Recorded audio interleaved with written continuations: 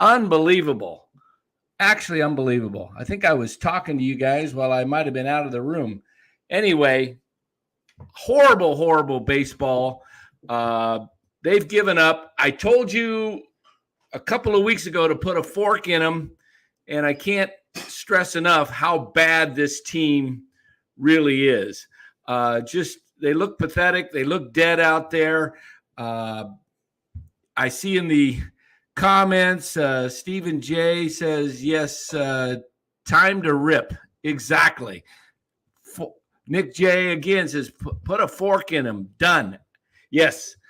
When they lost to San Diego and went 7.5 back a couple of weeks ago after winning game 1 in the series, then losing the next 2, blowing game 2 with a walk-off fashion, and then getting beat up in game 3 the Wednesday afternoon on August 10th. I put a fork in them because it's very difficult to come back from 7.5 down when you're not a good team.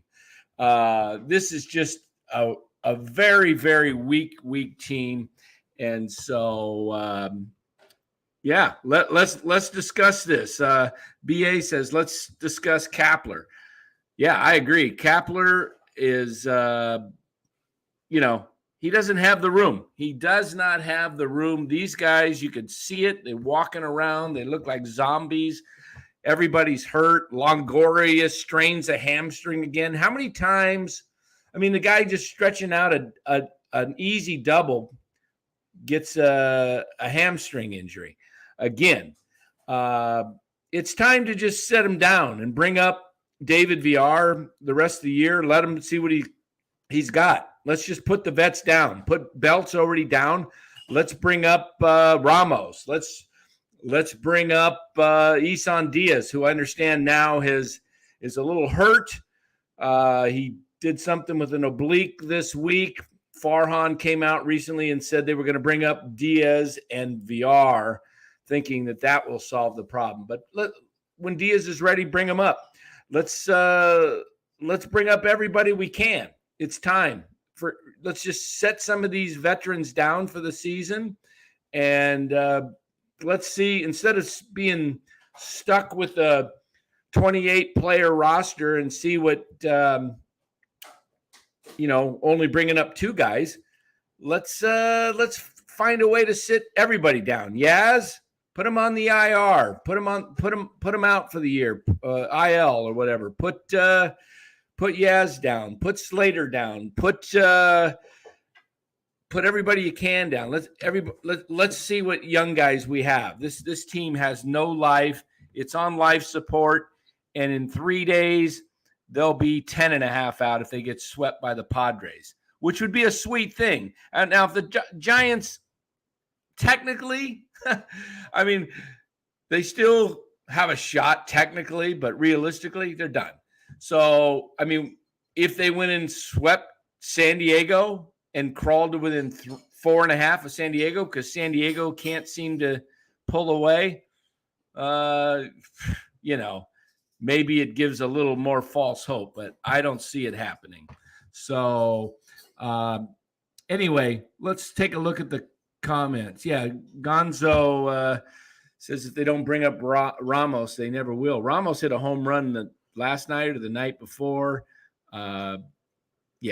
It's I want to see who's on this 40-man roster, who's worth bringing up. Let me take a quick peek at this roster and see if there's anybody worth bringing up that we actually want to take a look at, because let's see. They saw Scott Alexander, a lefty pitcher today. They just continuous rotation. I'm not in seeing any of these relievers. How about Ford Proctor? Give him a shot. He's down there. What the heck? Anybody else? We've seen the Voslorak. That doesn't excite anybody. There's really nothing on the 40-man roster. They got VR and Ramos that can play every day, but they don't have anybody else. It's a pathetic 40-man roster. There literally is no Mercedes. We've seen that act. Whatever. There's There's nothing there. Let's hear what some of you guys have to say. Love to have some of you guys come into the room today. Michael Garcia, bring up Gary Brown. Yeah, there we go. Yeah, this is, you must mean Von Brown. Well, Von Brown, yeah. Heck, he's probably not ready, but they'd have to get really creative because a lot of these guys aren't on the 40-man roster. But I'm all for blowing out some of these guys that are on the 40-man right now because this 40-man roster is full of minor leaguers. There's a reason why Yaz was stuck in the minor leagues for 8 years until he was 28 years old. It's because this is his card. This is the back of his baseball card. He had a promising year in a 60-game schedule in 2020. So last year he hit 25 homers, but he still hit in the low 200s.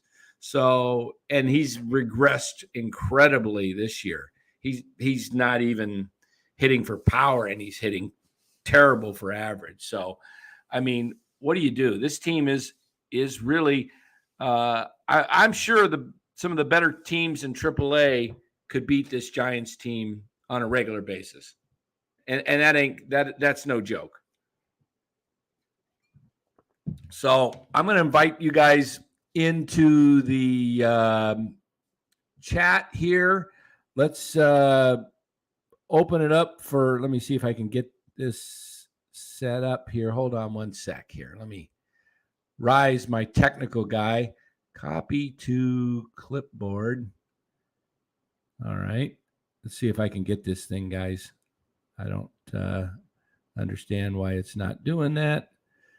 But I want to get you guys in here. I'm trying to get this. Let's see if I can do this. Anyway, I'm not doing too well with this. So anyway, we'll figure it out. You know what? I think I might have another way of doing this. Hold on here. Let's see if we got any other comments that we want to put up here. Yeah, today's game, I put a tweet out. One of the things when the game was, I think it was 3-2, 3-3, somewhere in that area. The Twins had a guy on second, and Correa was up, and he hits that long fly ball that's got a chance to go out into deep right center. It goes high off the wall. The runner on second easily is going to score, but Correa thinks it's a home run. And so he's not even running. He's just going into his home run trot, looking at the ball. And by the time it hits the wall, he's finally realized he's just starting to round first. And the ball bounces back to Slater. Slater's got a shot at him at second base. He comes up firing on a dart to second, and Estrada cuts the ball off. That's what losing teams do. There's no awareness of what's going on. I mean, Estrada should have been able to turn his back and see what Correa was doing, where he was at. And somebody's got to be yelling when the ball is thrown from Slater. It's Crawford's job, I believe. Say, let it go, let it go, let it go.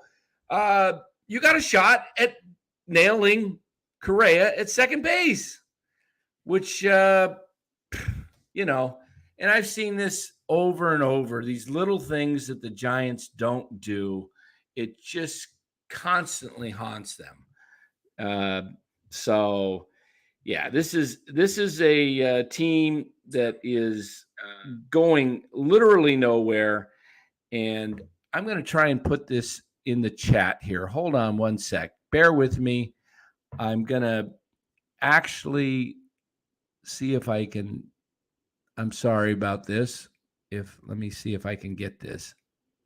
Okay, one sec. I want to bring some of you guys in here to the chat room so we can get somebody into the green room with me, and we'll talk it up. But I'm not doing very well with my cut and paste here. For some reason, it's not letting me do this. So I don't know why. Hold on here. Copy, clipboard, and paste. Nope, it's not letting me do it. So I'm gonna try this. I'm gonna try and type this in to the room here. 1 sec. Give me 1 second. I see if I can just type this up and get you guys in here. So sorry about that. Doing this solo takes a little bit when you're trying to do all of it. So HTTPS.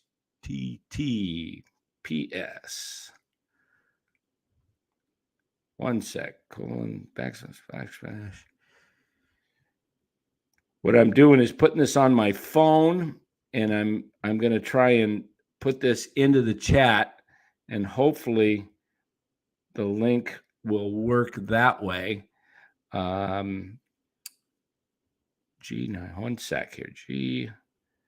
I'm typing this into my phone here.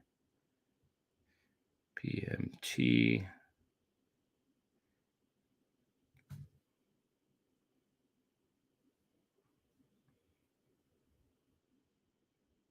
I'm working on it, guys. This is what happens when you're a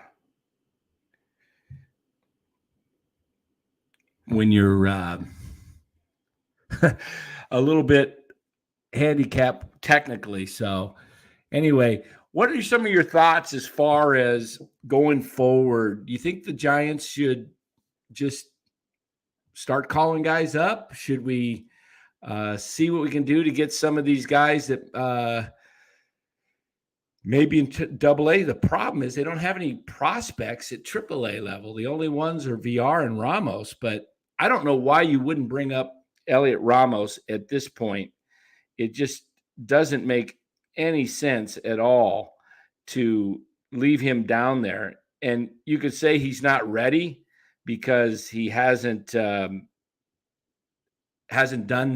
anything on the farm down at AAA. But, you know, what do you have him on the roster for if you're not going to even use him? And he's your number 1 draft pick in 2017. So, yeah, so it's just not working.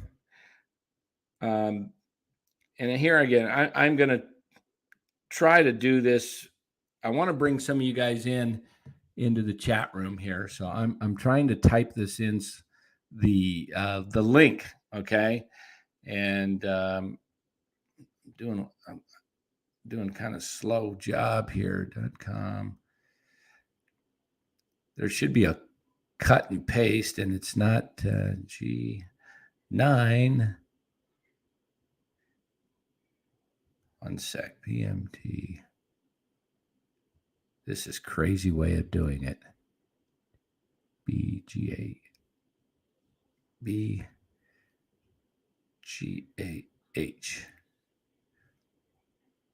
Okay, I think I've got it.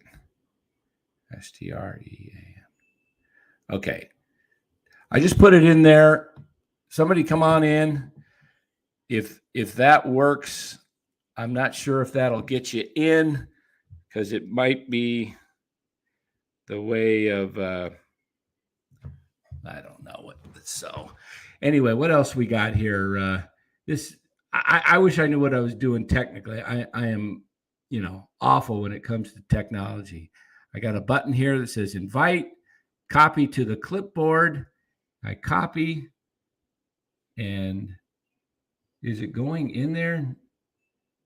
No. Post. Nope, it's not working. So anyway, I was hoping to bring some of you guys in. We can have a little chat in the room and get a different perspective other than my own. But yeah, here's my championship hat. I can't stand wearing loser hats continually on the show. So I've got to bring up something. So MF, what is he saying? Bring back Listella and Wade. They're Farhan legends. Yeah, that'll do it. Yes. Yeah, this roster for next year has to be completely turned upside down. It really does. It's just, and I really do believe Gabe is an issue. I don't see how these guys come back next year, anybody, whoever they bring in, and that Gabe's way of doing things is just not going to work, I don't believe. I just don't think guys handle Gabe that, and you look at his coaching staff. I mean, the way these guys are fundamentally so unsound, and they've got the largest coaching staff in the major leagues, and yet they look like a team that a bunch of little leaguers. I mean, guys out of position, guys just not doing the fundamental things of the game. And what is this coaching staff doing? I mean, I think this coaching staff is somewhat in awe of being in the major leagues because most of them had no Major League Baseball experience prior to Gabe hiring them. And they all seem like they're just goo goo gaga over being in the major leagues. And they're like, and I don't think they're pushing these players. I don't think they're getting in their faces. I have yet to see a Giants player get chewed out by anybody. And that is, as many mistakes as they've made, this thing is ridiculous. These guys, Jose Fonseca Jr. says, coaching staff works behind the computer screen. Exactly. Them and the front office geek squad sending things down to the coaching staff. And these coaching staffs are, where's, like Will Clark said, where's the batting practice? Where's out working on base running? If Luis Gonzalez, how many times do we have to watch Luis Gonzalez either getting picked off or running into an out? And today, who got picked off at second base today? Was that Slater? I can't remember. It's hard for me to watch them these days, and just just constantly guys getting picked off. Almost got picked off at first base as well later. It's just one thing after another. So Nick J is correct. I really do think Kai Correa is a clown. He just doesn't look like a guy that would ever challenge anybody. And this is a team that is so lifeless and emotionless. It's unbelievable. Just absolutely unbelievable. So, I just think it's going to be a constant. The next, what are they, 4 games under 500 now? What's their record, guys? 61-65, I think. Let me look. They are 61-65. Yeah, so they're 4 under. So it looks like Vegas is going to be right this year. Over under was 84.5. It doesn't seem, and the Giants still got 6 with the Padres, who are fighting for the playoffs. They still got the Dodgers, who own them. They've got Milwaukee for 2, who's fighting for the playoffs. The Giants are going to be lucky to win 80 games. Really, really lucky. Their schedule, they've got Philadelphia coming in on this next homestand for 3. Then they go to LA, then Chicago. Then they got Atlanta at home for 3. Giants are going to be very, very lucky to finish 500. I don't think they will. I don't think they're going to go from 107 wins to something like 78, 79, maybe 80 wins. Probably finish 80 and 82. That seems to be Kapler's sweet spot, right about 80 wins. That's what he did with the Phillies for 2 years. So this is 80 win game Gabe. Last year was a complete fluke, aberration. Had Buster Posey, had Chris Bryant, had the Ron Wotus on the staff. Without Ron Wotus, you're seeing what a group of clowns that are given a baseball uniform, it looks like for their first time in their lives in the major leagues. I mean, they seem so excited to actually, be given a chance to go to the major leagues.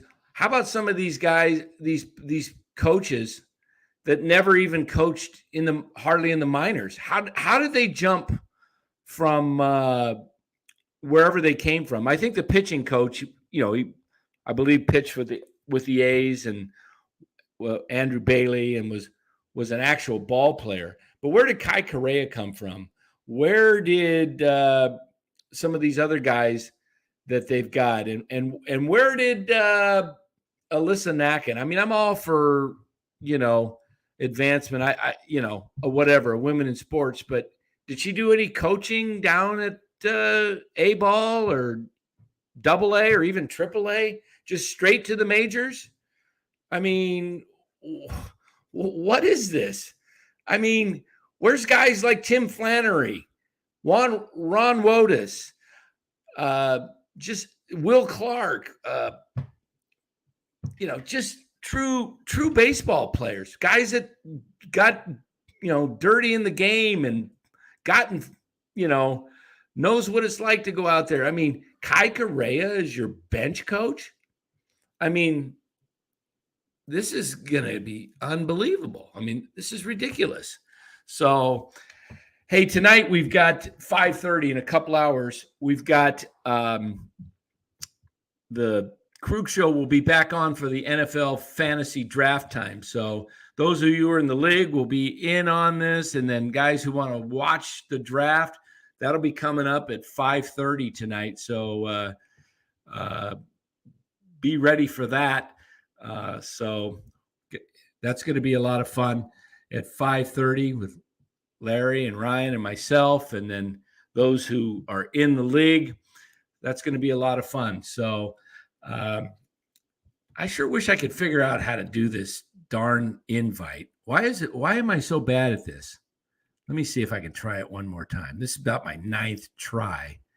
This is pathetic. Copy to clipboard. And then what the heck do I do? Okay, so it's copy to the clipboard.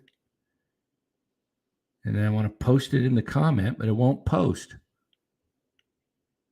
That's ridiculous. Email.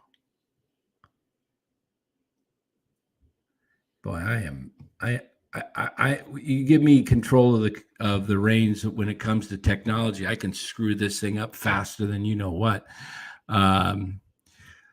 Let's see. Let's look at some of the comments here. What do we got? How do the Dodgers? Wait, where do we go? Dodgers always have good drafting pitchers. Yeah, they're very good at that. Yeah. How do the Dodgers get talent? BA says, and keep their farm system so stacked. Still, it ain't just the money. Well, they got a great player development program, BA, and Giants need to look at this. Why are guys who were drafted like Hunter Bishop and Will Wilson, who were in that draft in 2019, why are those guys still in A-ball? And about 10 of those drafted in that draft are already up to the major leagues. What the heck's going on? I know Bishop was hurt, but Will Wilson, I think, is at Double A right now. This is, hey, yeah, Mario, you got it, Mario. Dan is like Gabe trying to figure out how to fill out a lineup. Exactly. I can't figure out the heck how this would go. Oh my goodness. Justin Kerwin says, Dan, all jokes aside, who would you hire as next manager if some dream Kapler is fired?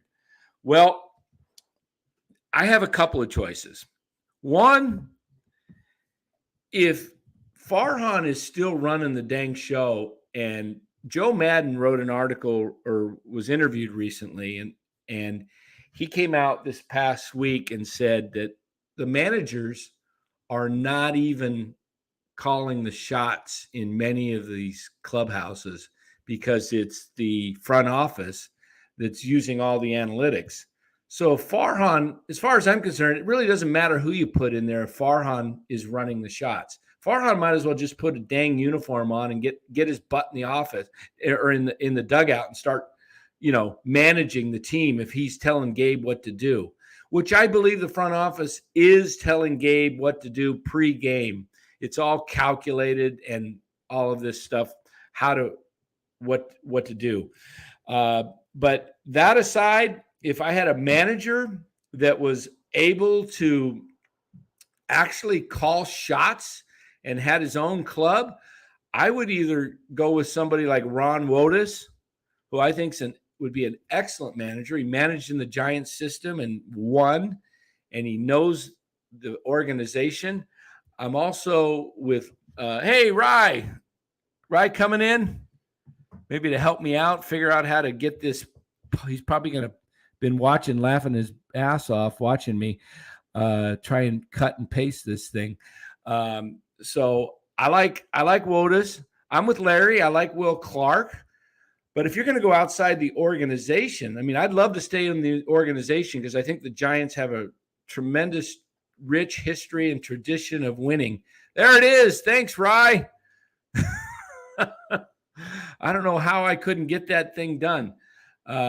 So there it is, guys. There is the link. It's in the chat. It's in the chat now. You can call in, and I will put you on the show, and we can chat Giants baseball for a little bit. We're only going to go till about 4:00 today, maybe 4:10. I'm not going to go more than an hour because got to get ready for the fantasy football myself as well.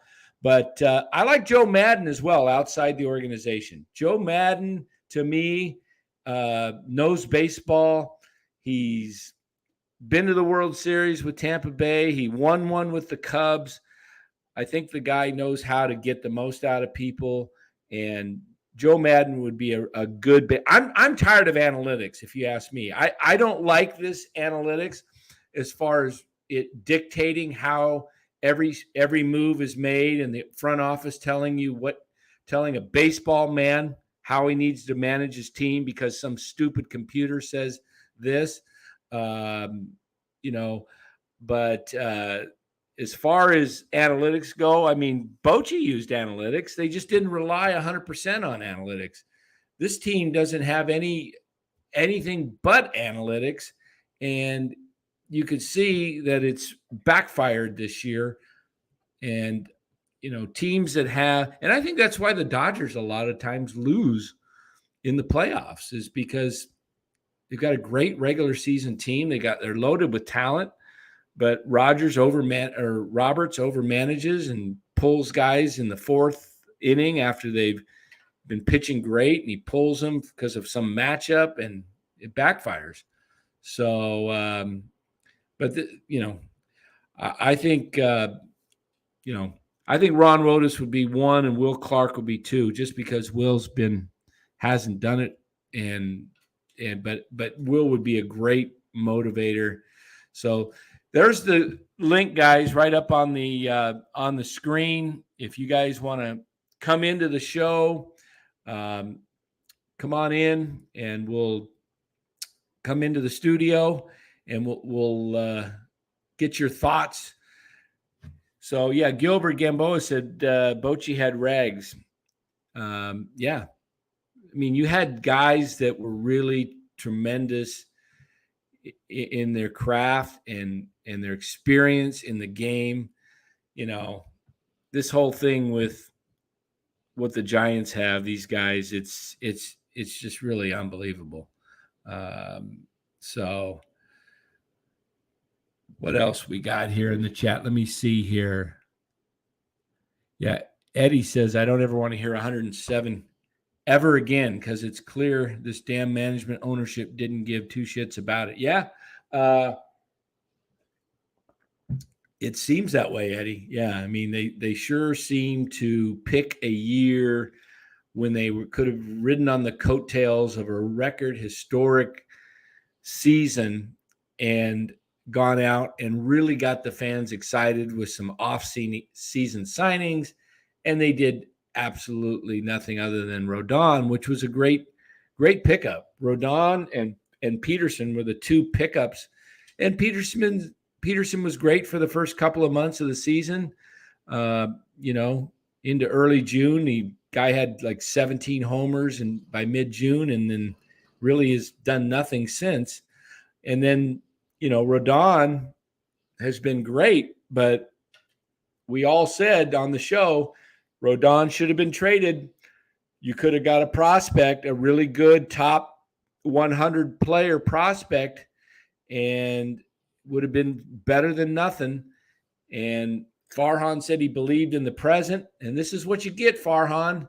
You're 61 and 65. I love the present too, Farhan. This team sucks, and it really does. It's a complete disaster, and I'm questioning now whether Farhan really knows how to run a baseball club. It seems like he knows analytics and he knows the ins and outs, what players' possible strengths might be, but at running a ball club and putting it together, I mean, it's like fantasy football. It's on and off, different guy every week.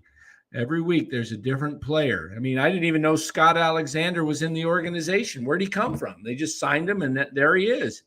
So just as a reminder, we got draft night tonight at 6:00. So, anybody want to come in today? Anybody want to come in to the show and join? And you can come right into the studio, and we'll talk it up. We got the cut down coming this Tuesday for football. 49ers got to go from 80 to 53. That's going to be some interesting cuts. The more I'm reading and the more things I keep looking at, I'm thinking that the 49ers are either going to trade Trey Sermon or maybe keep him. I'm wondering if they're not going to cut him. I'm wondering if they're going to try and cut Hasty and Jordan Mason and hope they clear waivers, at least one of them, if not both, and bring them to the practice squad, because everything I'm seeing talk about how much Trey Sermon put in and the work he put in, and he did have a couple of nice runs last game against Houston. So, maybe the 49ers are pretty high on Sermon. I kind of believe it's got to be trade posturing because they want to get something for him. They don't want to just cut him. So it's going to be interesting to see what happens there. And also along with Jimmy, what are they going to do with Jimmy? Is Jimmy going to make the 53-man roster, or is Jimmy going to get traded, or is he just going to get flat out released? What do you guys think? Gonzo says he doesn't see Jimmy going anywhere, and that's a possibility.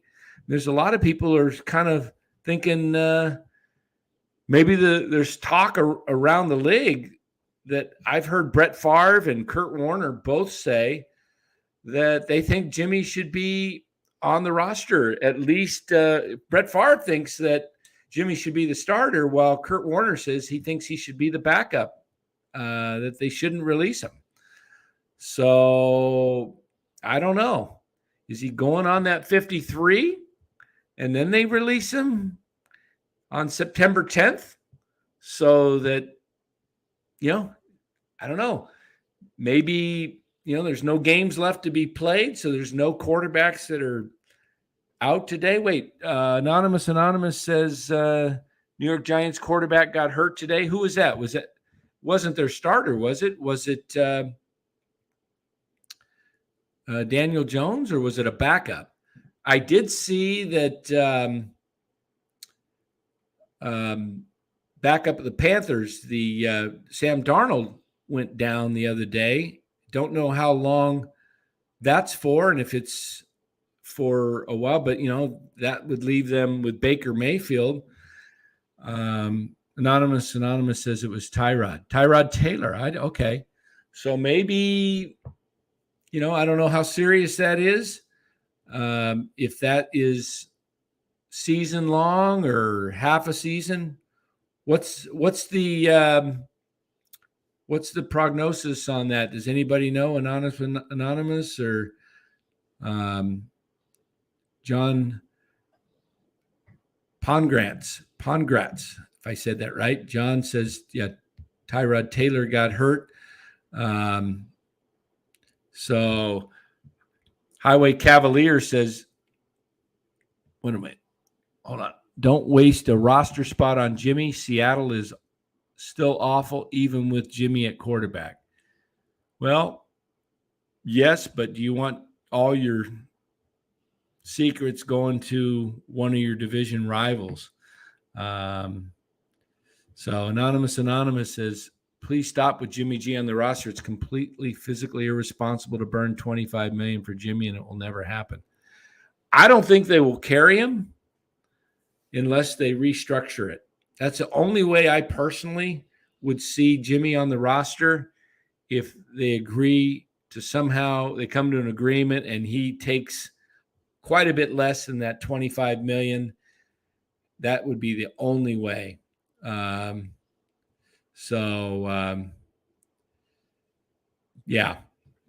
So anyway, this is kind of interesting take with what's going to be going on with the Niners. I think the schedule, they got Chicago first, and then they've got Seattle week 2, and then they go to Denver, and then they come home to the Rams. So first 4 games. Where do you guys see the 49ers first 4 games? I kind of like them to be 3-1. I think they win the first 2, and I don't know which one they're going to lose to, if they lose either 3 or 4, but I see them coming out a split out of Denver, LA. I like him at 3-1. I know a lot of people think they'll be 2-2, but somehow I think the 49ers get off to a better start this year. I think it's going to be a focus. The only thing that might hurt them is with Jimmy Ward being out, the first 4 games could really hurt them, especially in games 3 and 4. Mark Graves says, you don't guarantee Sudfeld contract thinking you were keeping Jimmy G. That's probably true, but I don't think they guaranteed Sudfeld a contract realizing that what they had in Mark Purdy. I think, what is Sudfeld's contract? I think it's like $2 million guaranteed or something, possibly 3. I thought it was something like $2 million. You can afford to kind of eat that part of the contract. Maybe you expose Sudfeld to waivers, hoping somebody picks him up and then takes that contract and takes you off the hook for that contract, and that then you have Purdy, and maybe that's their hope. That, but I'd much rather eat the $2 million and keep Brock Purdy than exposing Purdy to waivers. Purdy is going to be if Purdy doesn't become a starter in this league, he becomes a very good, serviceable backup that teams would crave to have. You would definitely want someone like Brock Purdy as your backup quarterback. You're not going to go into a complete tailspin like the Niners did with Nick Mullins and C.J. Beathard.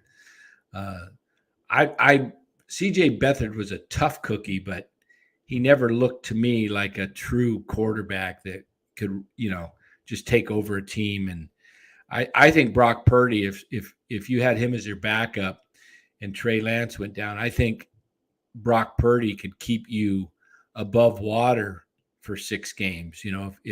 If Trey was out 5-6 games, I think Purdy has enough in him to be able to run the offense and stay within himself and not make a lot of mistakes. I think the Niners defense is what's going to really carry them, though, this year. Let's see, what do we got in the comments here regarding the 49ers season? Nick J says he's got a 2-2 finish at 8-9. Wow. I just can't see that, Nick. I can't see the Niners finishing under 500 with the roster they have unless they have a boatload of injuries. That defense will win a few games this year just by itself. Even if the offense doesn't show up, that defense will win you games. So I think the Niners easily win 10 games and have a shot to surprise and win 12, 13 games if Trey is able to stay within the offense and not make a ton of mistakes that actually cost you games. Trey's going to make mistakes, and he may cost you a game, possibly two, but if Trey could just stay within himself and not lose too many games, I think Trey probably helps you win a game or two by himself and maybe loses a game or two with some kind of like rookie mistakes. But as the season progresses, I see Trey getting better and better. Once he starts getting out there and playing again week after week after week and starts seeing defenses and gets into rhythms and gets into reading all kinds of defense and being the man, there's something that comes out of certain types of players when they start playing. And there's guys that would just never practice all week, hardly, and then show up on game day and just be incredibly, unbelievably, just play their lights out. And some guys just light up in the game. It's there's just and I'm not saying Trey's that guy. He's a guy that studies, and he's going to be extremely well prepared. But I think a guy that's been an athlete, successful athlete at every level he's played at, I think that just comes out of him, and he takes it this year. And like I say, the first half of the season, first 10 games, maybe it's a big learning curve and you see some dumb rookie mistakes, but he'll learn from them and he will be better the second half. So what else we got? Nick says, hopes he's wrong about 8-9 season, but season just feels weird to me already. Yeah, I mean, you still got a couple weeks to go. 2 weeks from today, the opener, and a lot can change in 2 weeks. You could see some roster changes. I think if anything derails the 49ers early on, it would be the offensive line. I think if the offensive line is a mess, and it could really derail them early on. And it could be an Achilles heel the entire season, but somehow I think with Trent Williams in there, and if McGlinchey can stay healthy, you're pretty solid on the bookends. And I think the interior, I think they'll work it out. 49ers worked it out in 2019, the year they went to the Super Bowl. They had almost the entire offensive line was makeshift at one point. They went a few games. Justin School was a rookie and was coming in for Joe Staley, and he actually held his own. He did pretty good. Those guys tend to be able to play 2, 3, 4 games, do okay, but once they're in for too long, they tend to expose people, figure their weaknesses out. So hopefully this offensive line can put it together. I personally would have liked to see the 49ers have just moved on from Jimmy in the offseason and just said, you know what, if this was the plan that you're not having him, just have him completely released him and put that $25 million into some offensive linemen, some serious Pro Bowler type caliber offensive linemen, veterans who have been around. I think when you're going with a possible 2 or 3 rookies on your offensive line, that's not ideal, in my opinion. So the consensus that I keep hearing is somewhere around 10-7. So that's what I'm hearing. From most people, they're predicting a 10-7. So, but what I'd like to do with you guys is we're going to go for a little bit longer. But first, I want to get to the ads, and when we come back, we'll wrap this all up. But here on the Krueg Show. So. Larry Krueger here for Telemetrics. Thanks to Casey Bateman and the good people at Telemetrics. If you're an occupational therapist, if you're an orthopedic surgeon, a chiropractor, a physical therapist of any kind, Telemetrics is designed for you to use in your practice and will greatly benefit your patients.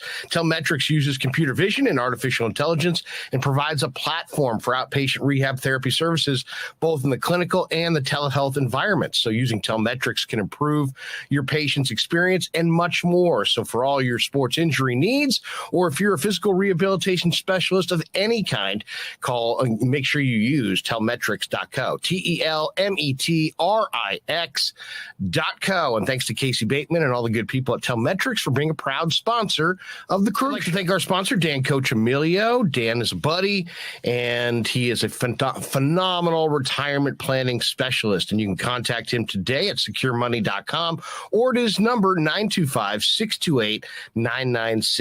There's a lot of uncertainty in our world right now, and you want to make sure that your money is secure. That is the key. Danny's got 25 years of experience, born and raised right here in the Bay Area, and he can help you get an immediate 10% premium bonus on your principal retirement account. So give him a call, 925-628-9966. He'll make an appointment with you, and you can sit down. It's not a one-size-fits-all kind of a deal. He'll consult with you and come up with a strategy to get you going to where you want to be. Once again, 925-628-9966, securemoney.com on the web. And thanks to Dan Coccimilgio and all the people at Secure Money for being proud sponsors of the Krueg Show. We grew up with a Sunday dinner. That means no matter how busy you were, no matter where the hell you were, you came to dinner on a Sunday night. Yeah, Sunday dinner without sausage, it's like a church without God.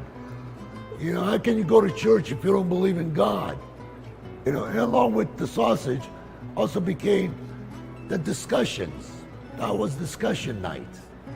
It wasn't a typical family that you sit there and you're quiet, and you don't talk with a mouthful. Oh no, man. Italians talk when they're eating. Italians even talk when they're sleeping. And definitely we talk with our hands. So if we can't express it through our mouth, through our lips, we express it with our hands. So, and that's what sausage is, really. It's an expression, that life is good. So New York style sausage was started over 70 years ago. We are the largest producer of fresh Italian sausage on the West Coast. What makes our sausage in New York style is really the recipe came from back east, from New York, from Connecticut. If you look at all of our labels, there's maximum 4 or 5 ingredients, which we're really proud of. There's no preservatives, no MSG, fresh in, fresh out. The pork comes in fresh, goes out fresh. There's never any freezing throughout the process. We've always used fine quality cuts. We're never going to deter from that. It's one of the reasons why our sausage is so good. I guarantee you put our sausage up against anybody else's from a flavor standpoint, no one will beat it, hands down. And do yourself a favor and do me a favor. Go buy a package of the New York style Italian sausage. Guaranteed you will love it. Guaranteed.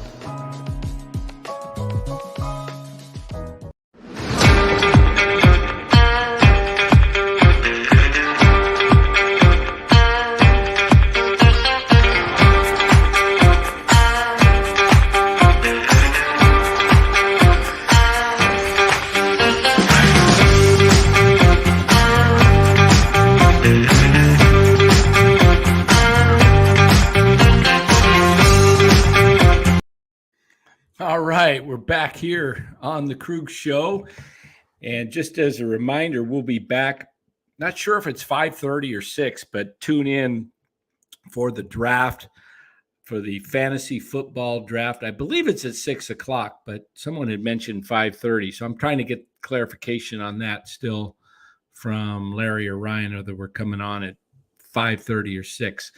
But just kind of wrapping up here today, just another pathetic performance by the Giants. It's almost getting to the point where it's pretty comical.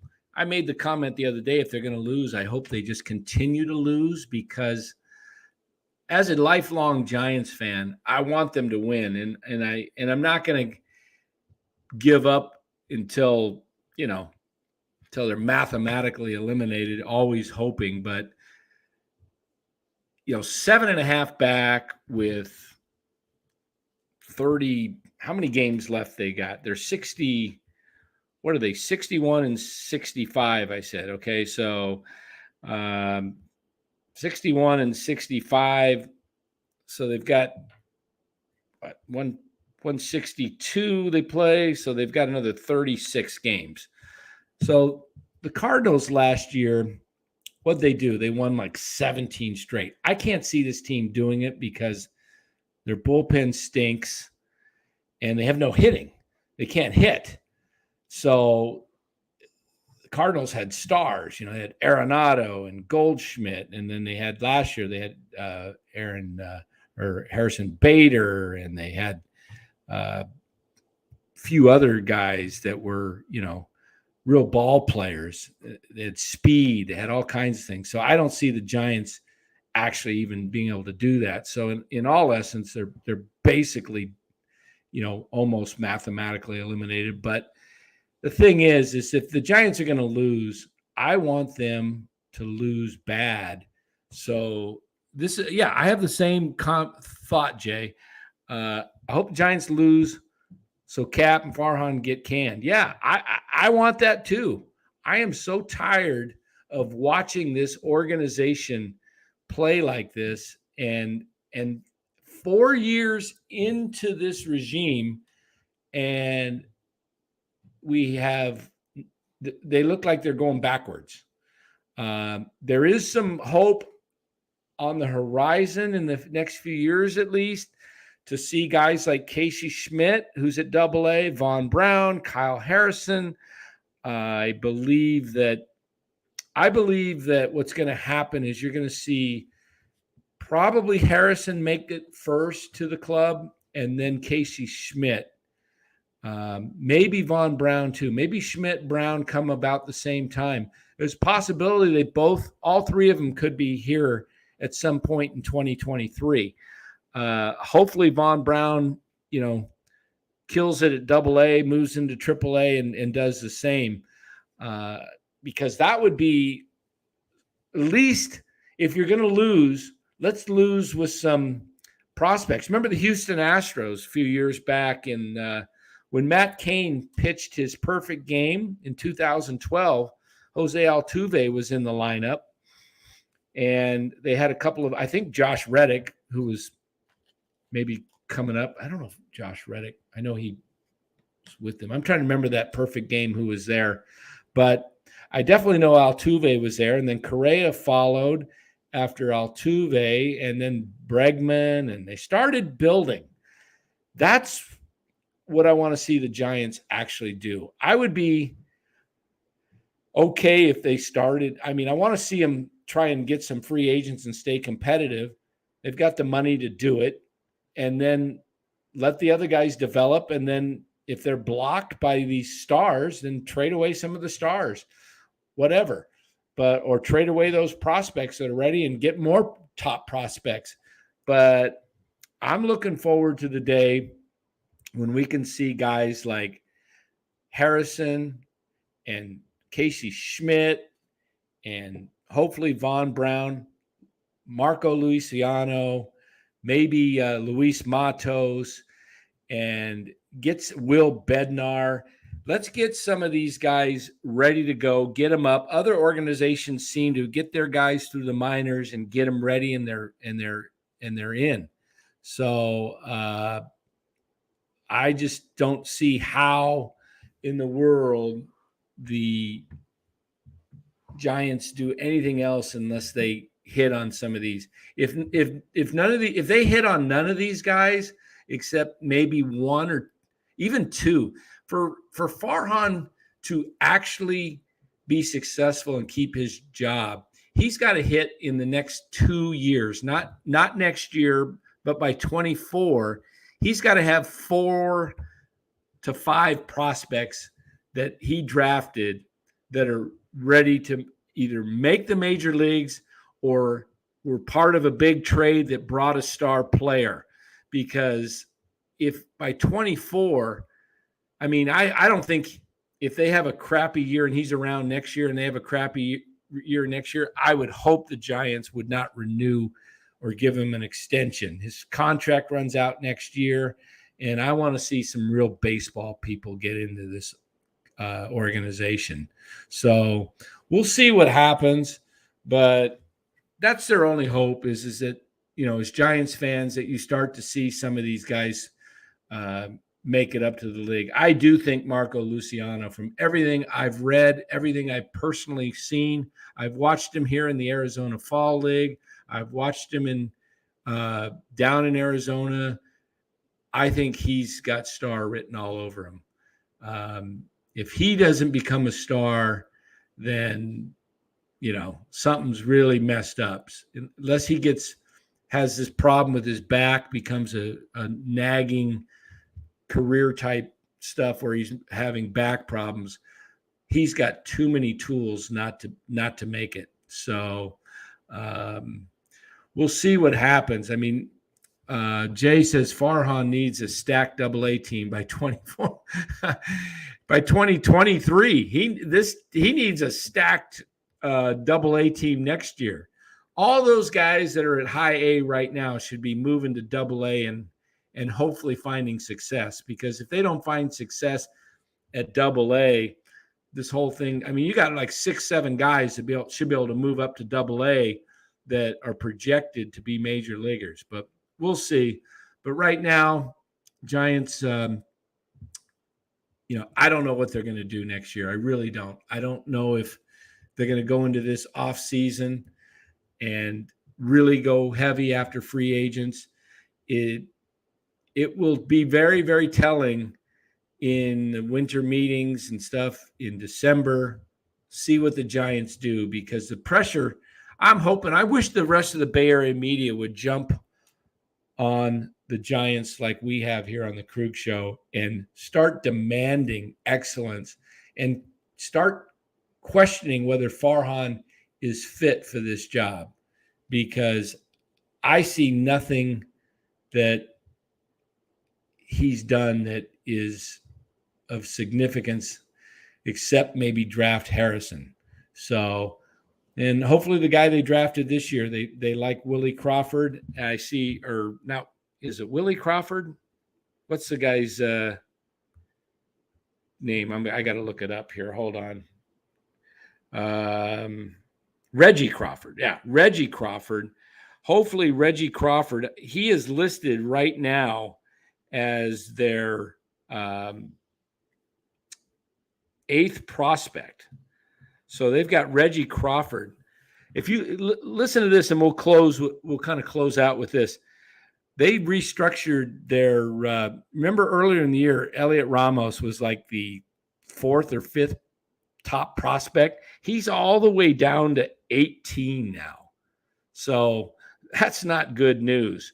Marco Luciano's number 1, Kyle Harrison 2, Matos 3, Grant McCray, who's moving up on the prospect rankings for the Giants. Again, he's only at San Jose, low A, but guy's hit over 20 homers, stole over 35 bases. So guy has a lot of potential there. Everson Arteaga, shortstop, is the 5th ranked prospect. Casey Schmidt, who's risen the ranks pretty quickly. He really killed it at high A, and he's doing well at AA. He's the 6th prospect. Carson Wisenhunt, he was their 2nd round draft pick this year. He's their 7th. And then Reggie Crawford, 8th. Eric Silva 9. Von Brown has moved all the way up to 10. He wasn't even in the top 30 prospects going into this year. So he's moved all the way to 10. Patrick Bailey, some notable names at 12. Will Bednar, 13. Ryan Murphy, 15. Like I said, Ramos moved all the way down to 18. RJ Dabovich is 20. They've got another catcher. Adrian Sugausti is a catcher. He's moved up to 19th in their system. Hunter Bishop. Hunter Bishop all the way down to 23. He was earlier ranked in the top 5. He's down to 23. So big drop-offs for Elliot Ramos and Hunter Bishop. I mean, talk about this kid they traded for the pitcher Rosenthal, Trevor Rosenthal, who the Giants signed as possible closer for September, was traded to Milwaukee in the trade deadline, and they picked up a guy by the name of Tristan Peters from Milwaukee. They have him 21st. He was 19th in Milwaukee system, but Rosenthal is now out for the season. Let's see, would rather have Alexander Canario back and given up Bishop instead. Yeah, hindsight 2020. Seth Curry is in Eugene, but he's hurt right now. Seth Corey. Seth Corey. Gosh, there's a pitcher that was projected pretty high who's been stuck in their system, it seems like forever. Hasn't moved up much at all. Will Wilson, 26th. David Villar's at 27th. Cole Waits has moved into the top 30. He's at 29. And Nick Zwack, who was in the Darren Ruff trade from the Mets, is at 30. So couple of recent things down in the minors. Luciano came back from his back injury. He was out 2 months, hit a grand slam last week. Luis Matos homered and had a 4-hit night for Eugene earlier last week as well. So there's some things going on. Read a great article, by the way, if you want to read a great article, if you get The Athletic, on Von Brown from Andrew Baggerly, a super long article, but really give you some insight into what Von Brown is doing and his work ethic. So that's a guy that has really, really everything he's got it's from his own doing. So, that's something that, you got to look at. And then it looks like I didn't hear that, but maybe that's true. McRae promoted to Eugene. That would be good. So maybe to get some of these guys moving, because if guys stay healthy, they should move through the system very quickly. You shouldn't be at a level all year long. You should be able to go from, if you're starting out at low A, you should get to high A that same year. And then the next year, if you start out at high A, you should be able to get to double A fairly quickly and then a jump to triple A. That's how guys move through the minors. That's why you see guys from the 2019 or 20 draft that were drafted in college that are already making their major league debuts. And yet the Giants got guys still stuck in A ball. They're finally starting to get guys to double A, but this is how systems work. This is how teams do it. So somebody asked, Rebel 444 says, would you lock up Webb and Duvall like the Braves are doing with their guys? Oh, tough question. Locking up a pitcher when he's still arbitration eligible, it's risky because I'd like to see Webb go through a couple of years of arbitration and then sign him if he's still doing well after a few years. Look at Walker Buehler. He did not get the big contract, and now he's out for this year and all of next year. And who knows how he comes back in 2024. So I'm not really big on locking up pitchers. Position players, I'm good with. I don't like locking up pitchers when you still have control at an early years, because pitchers can, they can lose it quick. And, I think Logan Webb has pitched more innings this year than any other time in his career. And his last 2 outings, he's kind of, granted his last game, he gave up 5 or 6 runs in the 5th inning, but it was, tough breaks. But still, the last couple of games, he's given up 5-6 runs, and it may be that he's tiring out. He hasn't pitched this many innings, and he's still got a month to go. I personally would look at Webb after next start, and he'll probably start in the San Diego series. And if the Giants kind of end up being 8.5 or 9.5, let's say, I guess if they play in 3 against the Padres, who lost today, Giants are still 7.5 back. So if you look at the standings right now, Giants being 7.5 behind the Padres, Giants have to sweep to get to within 4.5. If they only win 2 of the 3, they only gain a game, and they're still 6.5 out. So if they're still something like that and Webb's not looking good, I might consider sitting Webb out for the rest of the year so you don't unnecessarily put more on his arm than you have to. If he's not going to, he's already pitched 150 innings, more than he did last year. I don't want to see Webb get any arm problems. So, I'm kind of, let's see. Robert Rothberg joins us and says, good evening, Dan. What areas would you focus on to improve this team? We want to be contenders for next year. Well, thanks for joining us, Robert. And it looks like you've kind of like us, kind of turned the lights out for 2022 and looking toward 2023. I personally would go out and get much more younger, athletic, get guys who are proven in the major leagues.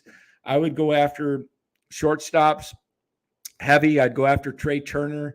I'd go after Carlos Correa, who I think will opt out with the Twins. I'd try and sign one of those guys.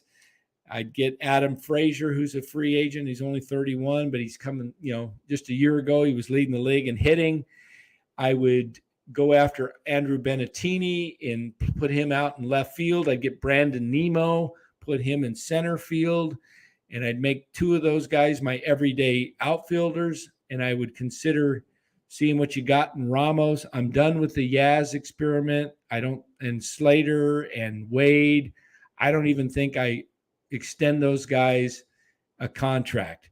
And then I would also, at first base, I would go after Josh Bell, a switch hitter, and I'd get a backup veteran catcher that's been in the major leagues for several years to back up Bart.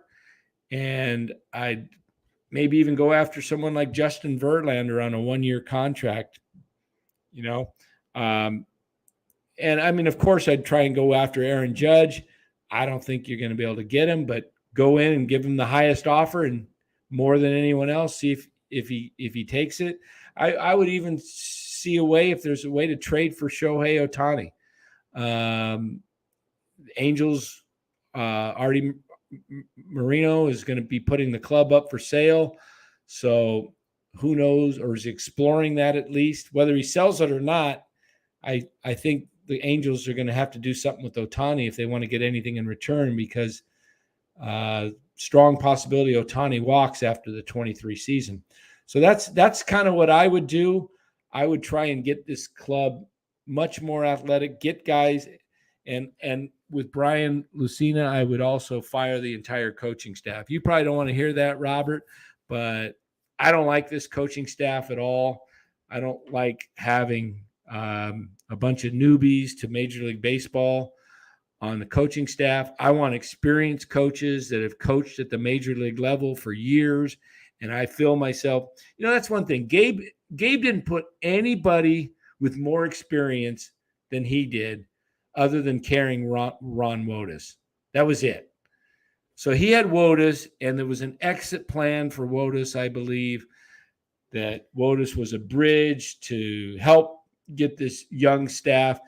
Ron Wotus, only baseball man. The rest of these guys, they're just all newbies trying to figure out, what it's like to coach at the major league level. So, I want experienced major league guys that have been at the major league level coaching for years. Get an experienced bench coach. What the heck is Kai Correa, your bench coach? You telling me that Kai Correa is the guy to go with, right? I mean, he looks like he's scared of everybody. I mean, what's he going to go up and tell people what to do? It's just pathetic. So, but that's it, guys. I don't have much more to say. We'll be back on the show at 6:00 with the draft, on the fantasy draft. And then tomorrow night, for those who aren't going to be with us on the fantasy draft, the Giants are playing the Padres. I'm not sure if we're going to be doing a show tomorrow night or not, because we've got Pasquale's golf tournament all day Monday. And then there's an auction that Larry will be running, the live auction at the golf tournament that we'll be hosting on Monday night. So we may still have time for the show after the Giants play the Padres, but look for the Padres to win 2 of 3 against the Giants, possibly even sweep them. The Giants are flailing right now. They're injured, they're defeated, and they just look like a team that is ready to go to Cancun. They're to me, they look like, get this season over with. We want our winter break, and everybody wants to go off to Cancun. So, that's about it that I have tonight. And again, we'll be join us for the fantasy football draft right here on the Krueg Show at 6:00. And I think we're going to close it tonight with let's close it with a little fun. Back when there was some life at the ball yard, this is out in the left field bleachers at the ball yard, and we'll see you guys later on tonight at 6. If not at 6, we'll see you early next week. Have a good night, everybody.